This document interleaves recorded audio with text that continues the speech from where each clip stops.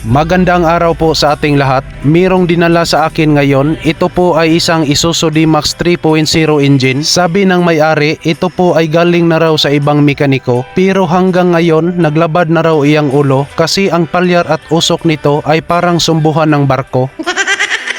At ngayon, sabayan nating pakinggan ang State of the Nation address ng may-ari mismo. Let's go! So ito po mga kalbularyo, mas mabuti pa na tatanungin lang muna natin ang may-ari nito para lahat tayo mismo ay makarinig kung ano talaga ang main concern niya dito. So sir, unsay to issue ani sir? Kuan niya siya.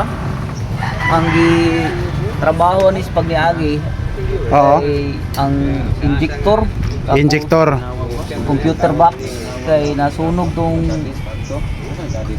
electrical supply sa kuan.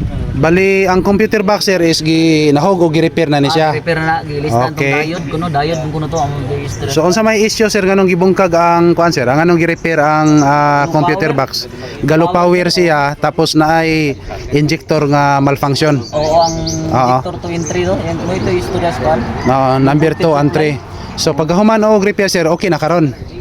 Ni balik ang iyang power, ni balik ni abula siya 4,000 RPM na. Oo. Kaso ang aso niya dili jud ka sakit kay aso.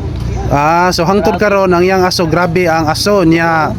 Grabe pud ka isog ug aso. Oo niya mo irnak mo siya. So mo fuel knock siya sir, fuel knock. Irnak siya mo mukang aning kana. Ang imuhang engine. Oo, paano ang engine? Oo. So karon sir ang main issue lang ani nga giduol nimo dire kay tungod lang sa iyaha nga aso ug katong sa fuel knock. Oo, mo di akong walo na itan mauli ani. Sige. So ayan po mga kalbularyo. So sabi ng may-ari ay ginalaw na po ito ang ECU. At saka nakita nila doon na mayroong problema ang number 2 and 3 na injector. So ngayon, medyo okay na raw pero ang main concern lang niya, sobrang usok, maitim na usok. So ngayon, titingnan natin mga kalbularyo. Alright, here we go. Try og paandar Libon James. Engine start. Yan. So ngayon po mga kalbularyo, umandar na ang makina natin. Ayan o. Okay, rev. Wow, kita nyo mga kalbularyo na parang sobrang usok, itim ng usok. Yan. Okay, rev.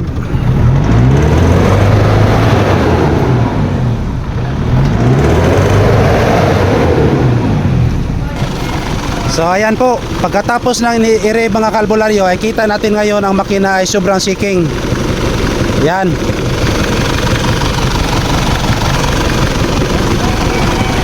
Okay, titingnan natin kung ano ang problema nito.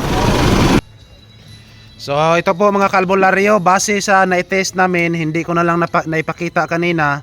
Ang problema sa lahat ng injector ay ang number 4 lang. Sobrang malakas ang kanyang backlick. So ito po ang gagawin natin dito mga kalbularyo, ay tanggalin po natin to ang number 4 na injector. Kasi ang number 1, number 2 at number 3 ay equal lang po ang kanyang backlick. So kita nyo ngayon mga kalbularyo na ang langgam ay nagpatong dito. Ayan.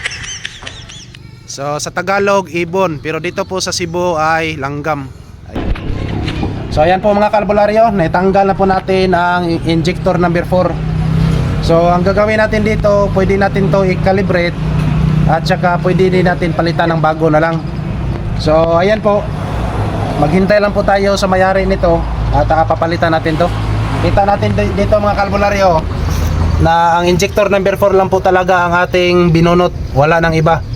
So siyempre sa sobrang usok, tanggalin natin ang buong tambutso at titingnan natin doon sa loob mismo ng tubo ng tambutso, tinatawag natin catalytic converter. Tingnan natin kung ano na ang nangyari doon.